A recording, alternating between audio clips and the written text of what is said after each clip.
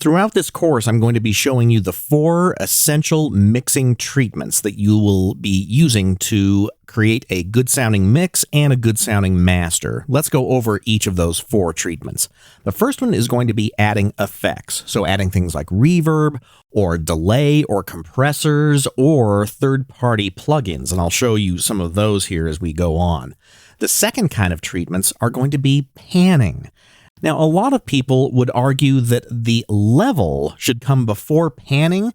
In other words, the overall level of those channels should come before the panning, but I'm going to argue that panning should come first. And the reason why is because I run into a whole bunch of different client mixes where they haven't panned a single track. So what I end up with are mono tracks, and that's totally problematic when you're trying to make a really nice sounding modern mix.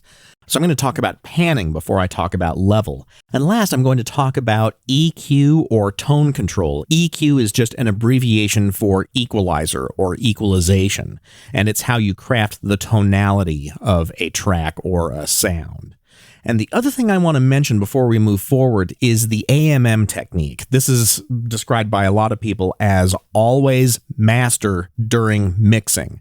And I'm not going to necessarily dissuade you from mastering during your mixing, but throughout this course, I'm not going to do that. In other words, I'm going to treat mixing separately from mastering so that you don't get the two confused.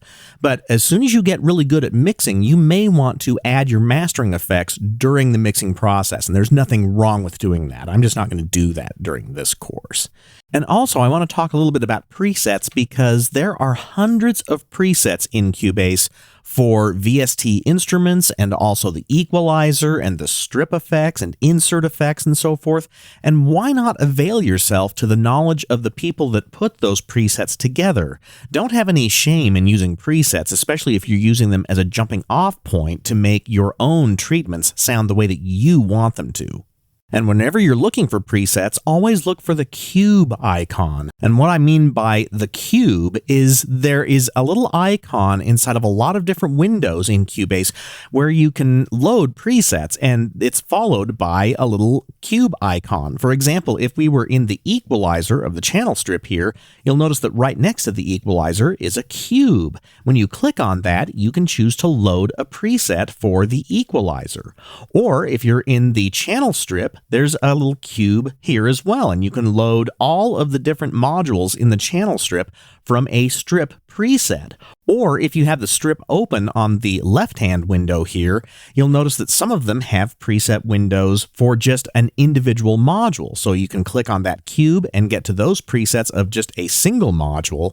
Also in the inserts, if you have added a module to an insert slot, then you can get to the presets by coming over to the control panel itself and looking at the little preset window right here. It's currently blank, but when you click on that, you'll reveal the browser for all of the different effects presets that you could load into that particular effect processor.